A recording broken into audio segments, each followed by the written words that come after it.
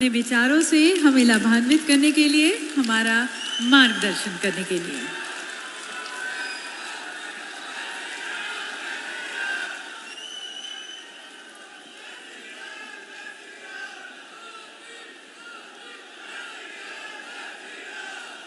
भारत माता की, भारत माता की। कार्यक्रम में उपस्थित मध्य प्रदेश के राज्यपाल श्रीमान मंगूभाई पटेल,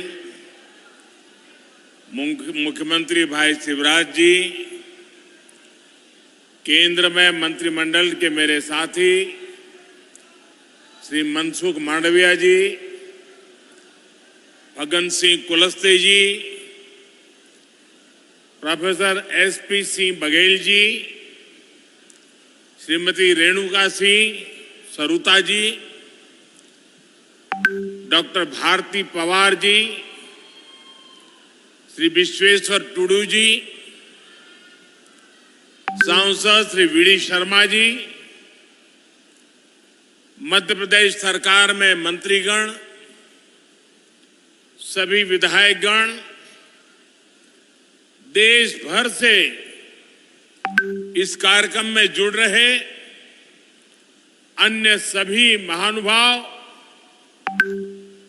और इतनी विशाल संख्या में हम सबको आशीर्वाद देने के लिए आए हुए मेरे प्यारे भाई और बहनों, जय सेवा, जय जोहार।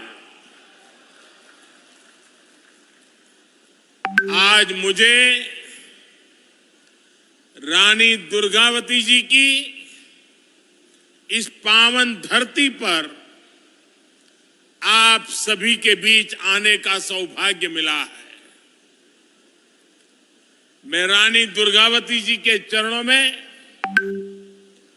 अपनी श्रद्धांजलि समर्पित करता हूं।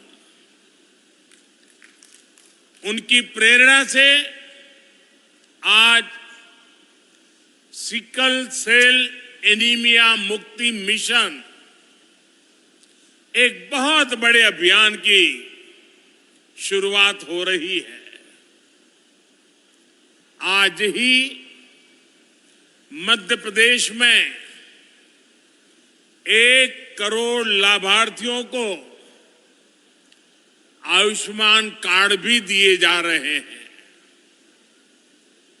इन दोनों ही प्रयासों के सबसे बड़े लाभार्थी हमारे गौंड समाज, भील समाज या अन्य हमारे आदिवासी समाज के लोग हैं। मैं आप सभी को, मध्य प्रदेश की डबल इंजन सरकार को बहुत बहुत बधाई देता हूं। साथियों, आज शहडोल की इस धरती पर देश बहुत बड़ा संकल्प ले रहा है। ये संकल्प हमारे देश के आदिवासी भाई बहनों के जीवन को सुरक्षित बनाने का संकल्प है। ये संकल्प है सिकल सेल एनीमिया की बीमारी से मुक्ति का। ये संकल्प है हर साल सिकल सेल एनीमिया की गिरफ्त में आने वाले 2.5 लाख बच्चे और उनके 2.5 लाख परिवार के जनों का जीवन बचाने का। साथियों, मैंने देश के अलग अलग इलाकों में आदिवासी समाज के बीच एक लंबा समय गुजारा है। सिकल सेल एनीमिया जैसी बीमारी बहुत कष्टदायी होती है। इसके मरीजों के जोड़ों में हमेशा दर्द रहता है शरीर में सूजन और थकावट रहती है। पीठ, पैर और सीने में असहनीय दर्द महसूस होता है। सांस फूलती है। लंबे समय तक दर्द सहने वाले मरीज के शरीर के अंदरूनी अंग भी क्षतिग्रस्त होने लगते हैं। ये बीमारी परिवारों को भी बिखेर देती है। और ये बीमारी न हवा से होती है, न पानी से होती है, न भोजन से फैलती है। ये बीमारी ऐसी है जो माता पिता से ही बच्चे में ये बीमारी आ सकती है। ये आनुवंशिक है। और इस बीमारी के साथ जो बच्चे जन्म लेते हैं वो पूरी जिंदगी चुनौतियों से जूझते रहते हैं। साथियों, पूरी दुनिया में सिकल सेल एनीमिया के जितने मामले होते हैं उनमें से आधे 50% अकेले हमारे देश में होते हैं। लेकिन दुर्भाग्य की बात है कि पिछले 70 सालों में कभी इसकी चिंता नहीं हुई। इससे निपटने के लिए कोई ठोस प्लान नहीं बनाया गया। इससे प्रभावित ज्यादातर लोग आदिवासी समाज के थे।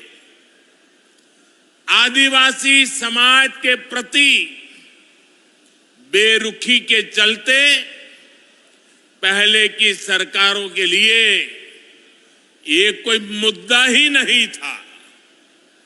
लेकिन आदिवासी समाज की इस सबसे बड़ी चुनौती को हल करने का बीड़ा अब भाजपा की सरकार ने, हमारी सरकार ने उठाया है। हमारे लिए आदिवासी समाज सिर्फ एक सरकारी आंकड़ा नहीं है। ये हमारे लिए संवेदनशीलता का विषय है, भावनात्मक विषय है। जब मैं पहली बार गुजरात का मुख्यमंत्री बना था, उसके भी बहुत पहले से मैं इस दिशा में प्रयास कर रहा हूं। हमारे जो गवर्नर है श्रीमान मंगूभाई, आदिवासी परिवार के होनहार नेता रहे हैं। करीब 50 साल से मैं और मंगूभाई आदिवासी इलाकों में एक साथ काम करते रहे हैं। और हम आदिवासी परिवारों में जाकर के इस बीमारी को कैसे रास्ते निकले, कैसे जागरूकता लाई जाए, उस पर लगातार काम करते थे। जब मैं गुजरात का मुख्यमंत्री बना, उसके बाद भी मैंने वहां इससे जुड़े कई अभियान शुरू किए। जब प्रधानमंत्री बनने के बाद मैं जापान की यात्रा पर गया तो मैंने वहां नोबेल पुरस्कार जीतने वाले एक वैज्ञानिक से मुलाकात की थी। मुझे पता चला था कि वो वैज्ञानिक सिकल सेल बीमारी पर बहुत रिसर्च कर चुके हैं। मैंने उस जापानी वैज्ञानिक से भी सिकल सेल एनीमिया के इलाज में मदद मांगी थी। साथियों, सिकल सेल एनीमिया से मुक्ति का यह अभियान अमृत काल का प्रमुख मिशन बनेगा। और मुझे विश्वास है जब देश आजादी के 100 साल मनाएगा, 2047 तक हम सब मिलकर के एक मिशन मोड में अभियान चला करके ये सिकल सेल एनीमिया से हमारे आदिवासी परिवारों को मुक्ति दिलाएंगे, देश को मुक्ति दिलाएंगे। और इसके लिए हम सबको अपना दायित्व निभाना होगा। ये जरूरी है कि सरकार हो, स्वास्थ्य कर्मी हो, आदिवासी हो, सभी तालमेल के साथ काम करें। सिकल सेल एनीमिया के मरीजों को खून चढ़ाने की जरूरत पड़ती है, इसलिए उनके लिए ब्लड बैंक खोले जा रहे हैं। उनके इलाज के लिए बोन मैरो ट्रांसप्लांट की सुविधा बढ़ाई जा रही है। सिकल सेल एनीमिया के मरीजों की स्क्रीनिंग कितनी जरूरी है, ये आप भी जानते हैं। बिना किसी बाहरी लक्षण के भी कोई भी सिकल सेल का कैरियर हो सकता है। ऐसे लोग अनजाने में अपने बच्चों को ये बीमारी दे सकते हैं। इसलिए इसका पता लगाने के लिए जांच कराना, स्क्रीनिंग कराना बहुत आवश्यक है। जांच नहीं कराने पर हो सकता है कि लंबे समय तक इस बीमारी का मरीज को पता नहीं चले। जैसे अक्सर अभी हमारे मनसुख भाई कह रहे थे कुंडली की बात, बहुत परिवारों में परंपरा रहती है, शादी से पहले कुंडली मिलाते हैं, जन्माक्षर मिलाते हैं।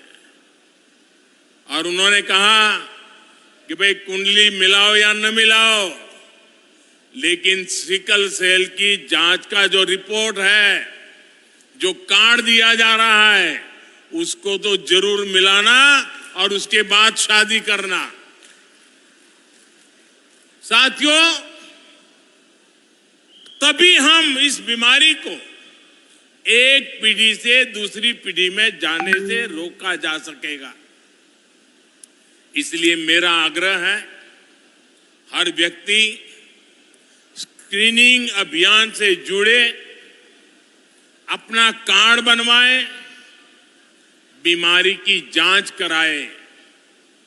इस जिम्मेदारी को लेने के लिए समाज खुद जितना आएगा, उतना ही सिकल सेल एनीमिया से मुक्ति आसान होगी। साथियों, बीमारियां सिर्फ एक इंसान को नहीं, जो एक व्यक्ति बीमार होता है उसको ही सिर्फ नहीं, लेकिन जब एक व्यक्ति परिवार में बीमार होता है तो पूरे परिवार को बीमारी प्रभावित करती है। जब एक व्यक्ति बीमार पड़ता है तो पूरा परिवार गरीबी और विवशता के जाल में फंस जाता है। और मैं एक प्रकार से आपसे कोई बहुत अलग परिवार से नहीं आया, मैं आपके बीच से ही यहां पहुंचा हूं।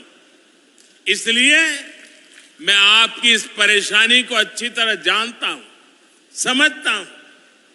इसलिए हमारी सरकार ऐसी गंभीर बीमारियों को समाप्त करने के लिए दिन रात मेहनत कर रही है। इन्हीं प्रयासों से आज देश में टीबी के मामलों में कमी आई है। अब तो देश 2025 तक टीबी को जड़ से समाप्त करने के लिए काम कर रहा है। साथियों, हमारी सरकार बनने के पहले 2013 में काला जार के 11,000 मामले सामने आए थे। आज ये घटकर 1,000 से भी कम रह गए हैं। 2013 में मलेरिया के 10 लाख मामले थे, 2022 में ये भी घटते घटते 2 लाख से कम हो गए। 2013 में कुष्ठ रोग के 1.25 लाख मरीज थे, लेकिन अब इनकी संख्या घटकर 70-75 हजार तक रह गई है। पहले दिमागी बुखार का कितना कहर था, ये भी हम सब जानते हैं। पिछले कुछ वर्षों में इसके मरीजों की संख्या में भी कमी आई है। ये सिर्फ कुछ आंकड़े नहीं हैं। जब बीमारी कम होती है तो लोग दुख, पीड़ा, संकट और मृत्यु से भी बचते हैं। भाइयों और बहनों, हमारी सरकार का प्रयास है कि बीमारी कम हो, साथ ही बीमारी पर होने वाला खर्च भी कम हो। इसलिए हम आयुष्मान भारत योजना लेकर आए हैं, जिससे लोगों पर पड़ने वाला बोझ कम हुआ है। आज यहां मध्य प्रदेश में 1 करोड़ लोगों को आयुष्मान कार्ड दिए गए हैं। अगर किसी गरीब को कभी अस्पताल जाना पड़ा तो ये कार्ड उसकी जेब में 5 लाख रुपए के एटीएम कार्ड का काम करेगा। आप याद रखिएगा, आज आपको जो कार्ड मिला है, अस्पताल में उसकी कीमत 5 लाख रुपए के बराबर है। आपके पास एक कार्ड होगा तो कोई आपको इलाज के लिए मना नहीं कर पाएगा, पैसे नहीं मांग पाएगा। और ये हिंदुस्तान में कहीं पर भी आपको तकलीफ हुई और वहां के अस्पताल में जाके ये मोदी की गारंटी दिखा देना, उसको वहां भी आपको इलाज करना होगा। ये आयुष्मान कार्ड गरीब के इलाज के लिए 5 लाख रुपए की गारंटी है और ये मोदी की गारंटी है। भाइयों और बहनों, देश भर में आयुष्मान योजना के तहत अस्पतालों में करीब 5 करोड़ गरीबों का इलाज हो चुका है। अगर आयुष्मान भारत का कार्ड नहीं होता तो इन गरीबों को 1 लाख करोड़ रुपए से ज्यादा खर्च करके बीमारी का उपचार करना पड़ता। आप कल्पना करिए, इनमें से कितने लोग ऐसे होंगे जिन्होंने जिंदगी की उम्मीद भी छोड़ दी होगी। कितने परिवार ऐसे होंगे जिन्हें इलाज करवाने के लिए अपना घर, अपनी खेती शायद बेचना पड़ता। लेकिन हमारी सरकार ऐसे हर मुश्किल मौके पर गरीब के साथ खड़ी नजर आई है। 5 लाख रुपए का ये आयुष्मान योजना गारंटी कार्ड गरीब की सबसे बड़ी चिंता कम करने की गारंटी है। और यहां जो आयुष्मान का काम करते, जरा कार्ड बुलाइए। कार्ड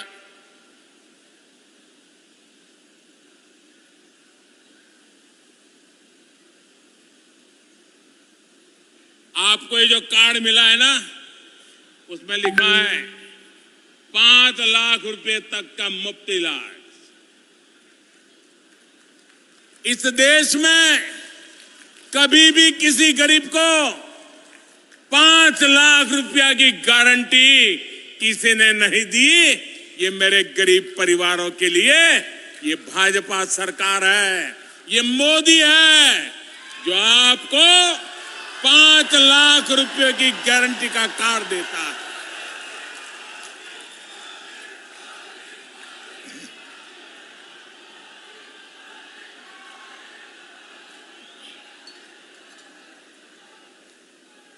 साथियों, गारंटी की इस चर्चा के बीच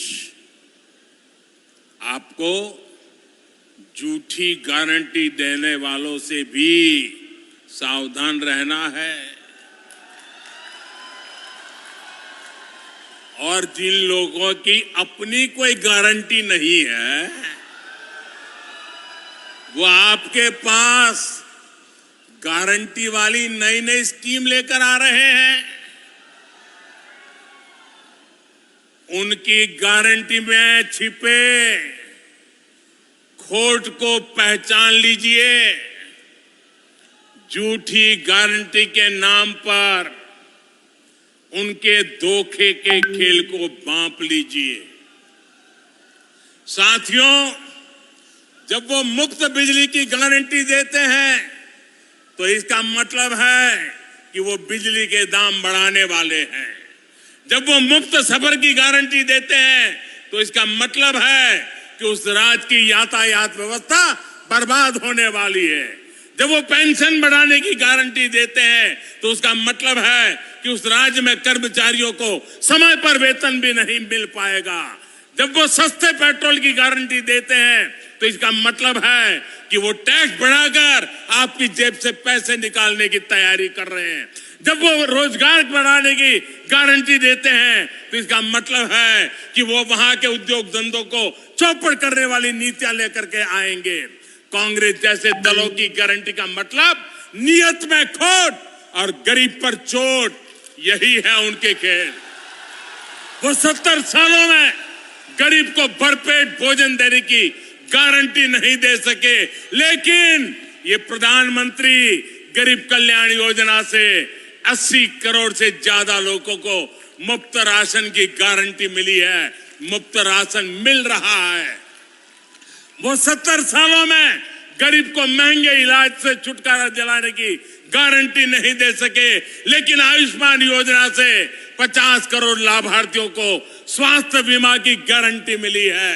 वो 70 सालों में महिलाओं को धुएं से छुटकारा दिलाने की गारंटी नहीं दे सके, लेकिन उज्ज्वला योजना से करीब 10 करोड़ महिलाओं को धुआं मुक्त जीवन की गारंटी मिली है। वो 70 सालों में गरीब को पैरों पर खड़ा करने की गारंटी नहीं दे सके, लेकिन मुद्रा योजना से 8.5 करोड़ लोगों को सम्मान से स्वरोजगार की गारंटी मिली है। उनकी गारंटी का मतलब है कहीं ना कहीं कुछ गड़बड़ है। आज जो एक साथ आने का दावा कर रहे हैं, सोशल मीडिया में उनके पुराने बयान वायरल हो रहे हैं। वो हमेशा से एक दूसरे को पानी पी पी करके कोसते रहे हैं।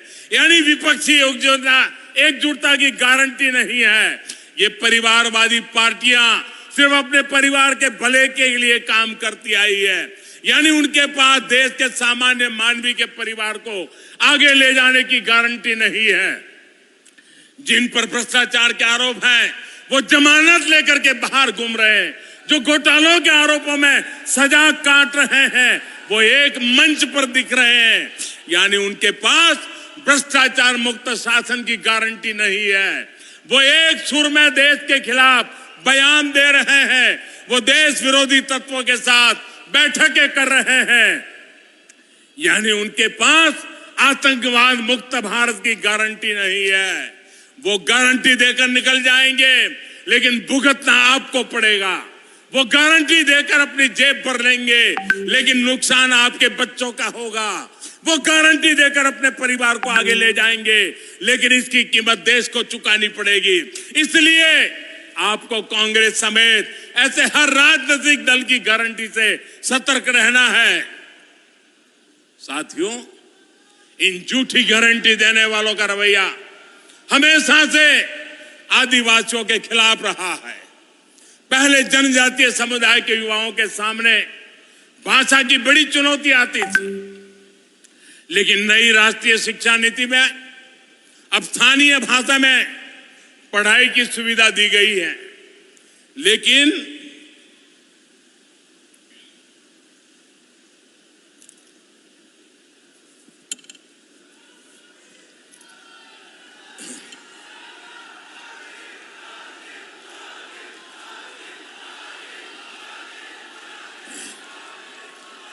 लेकिन झूठी गारंटी देने वाले एक बार फिर राष्ट्रीय शिक्षा नीति का विरोध कर रहे हैं।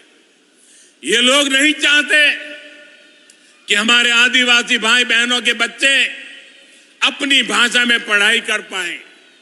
वो जानते हैं कि अगर आदिवासी, दलित, पिछड़ा और गरीब का बच्चा आगे बढ़ जाएगा तो इनकी वोट बैंक की सियासत चौपट हो जाएगी। मैं जानता हूं आदिवासी इलाकों में स्कूलों का, कॉलेजों का कितना महत्व है। इसलिए हमारी सरकार ने 400 से अधिक नए एकलव्य स्कूलों में आदिवासी बच्चों को आवासीय शिक्षा का अवसर दिया है। अकेले मध्य प्रदेश के स्कूलों में ही ऐसे 24,000 विद्यार्थी पढ़ रहे हैं। साथियों, पहले की सरकारों ने जनजातीय समाज की लगातार उपेक्षा की। हमने अलग आदिवासी मंत्रालय बनाकर इसे अपनी प्राथमिकता बनाया। हमने इस मंत्रालय का बजट 3 गुना बढ़ाया है। पहले जंगल और जमीन को लूटने वालों को संरक्षण मिलता था। हमने फॉरेस्ट राइट एक्ट के तहत 20 लाख से ज्यादा टाइटल बांटे हैं। उन लोगों ने पैसा एक्ट के नाम पर इतने वर्षों तक राजनीतिक रोटियां सेकी, लेकिन हमने पैसा एक्ट लागू कर जनजातीय समाज को उनका अधिकार दिया। पहले आदिवासी परंपराओं और कला कौशल का मजाक बनाया जाता था, लेकिन हमने आदि महोत्सव जैसे आयोजन शुरू किए। साथियों, बीते 9 वर्षों में आदिवासी गौरव को सहेजने और समृद्ध करने के लिए भी निरंतर काम हुआ है।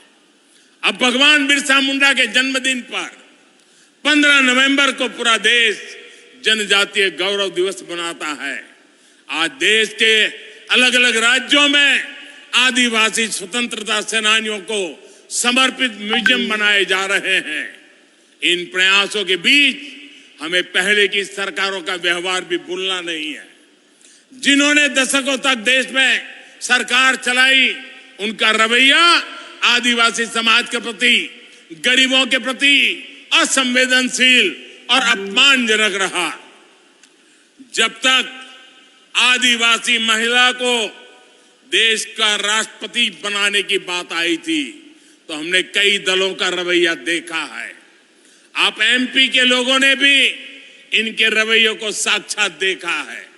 जब शहडोल संभाग में केंद्रीय जनजातीय विश्वविद्यालय खुला तो उसका नाम भी उन्होंने अपने परिवार के नाम पर रख दिया, जबकि शिवराज जी की सरकार ने छिंदवाड़ा विश्वविद्यालय का नाम महान गौण क्रांतिकारी राजा शंकर शाह के नाम पर रखा है।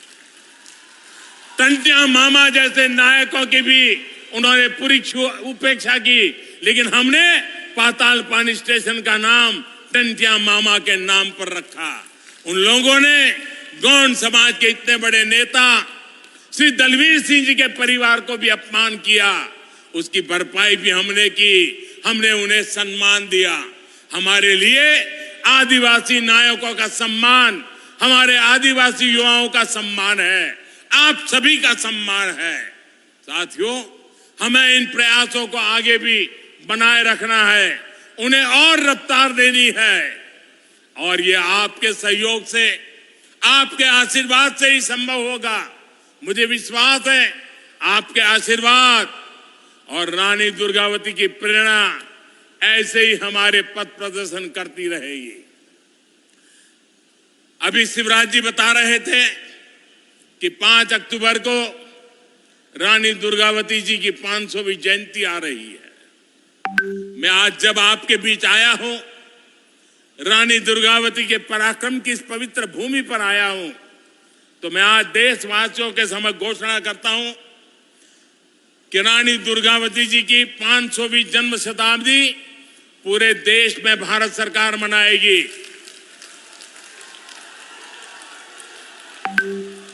रानी दुर्गावती के जीवन के आधार पर फिल्म बनाई जाएगी। रानी दुर्गावती का एक चांदी का सिक्का भी निकाला जाएगा। रानी दुर्गावती जी का पोस्टल स्टैम्प भी निकाला जाएगा और देश और दुनिया में 500 साल पहले जन्म हुए इस हमारे लिए पवित्र मां के समान उनकी प्रेरणा की बात हिंदुस्तान के घर घर पहुंचाने का एक अभियान चलाएगा। मध्य प्रदेश विकास की नई ऊंचाइयों को छुएगा और हम सब साथ मिलकर विकसित भारत के सपने को पूरा करेंगे। अभी मैं यहां से कुछ आदिवासी परिवारों से भी मिलने वाला हूं, उनसे भी कुछ आज बातचीत करने का मुझे अवसर मिलने वाला है। आप इतनी बड़ी संख्या में आए हैं। सिकल सेल, आयुष्मान कार्ड, आपकी आने वाली पीढ़ियों की चिंता करने का मेरा बड़ा अभियान है। आपका मुझे साथ चाहिए। हमें सिकल सेल से देश को मुक्ति दिलानी है। मेरे आदिवासी परिवारों से को इस मुसीबत से मुक्त करवाना है। मेरे लिए मेरे दिल से जुड़ा हुआ एक काम है और इसमें मुझे आपकी मदद चाहिए। मेरे आदिवासी परिवारों का मुझे साथ चाहिए। आपसे यही प्रार्थना करता हूं, स्वस्थ रहिए, समृद्ध बनिए। इसी कामना के साथ आप सभी का बहुत बहुत धन्यवाद। भारत माता की, भारत माता की, भारत माता की बहुत बहुत धन्यवाद।